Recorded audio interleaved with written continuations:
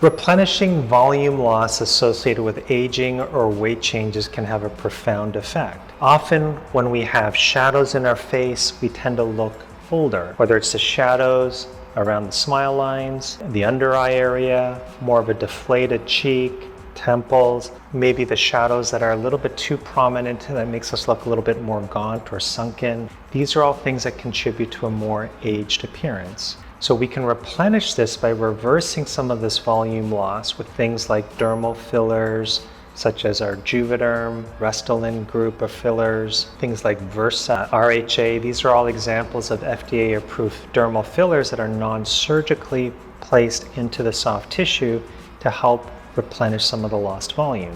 We also have things like Sculptra and Radiesse, which is a special category of biostimulators that not only add volume, but can also help restore some of the tissue and skin quality, which we'll discuss separately. Having said that, you can also choose a surgical option where we borrow fat from one part of the body, such as your abdomen, and then now we're sprinkling that into areas where we've lost volume as well, and that can have a profound effect. So depending on whether you're moving more surgical or non-surgical to achieve some of these goals, those are things that we can discuss with you in more detail. So replenishing lost volume, a very powerful tool to reverse some of the signs of aging.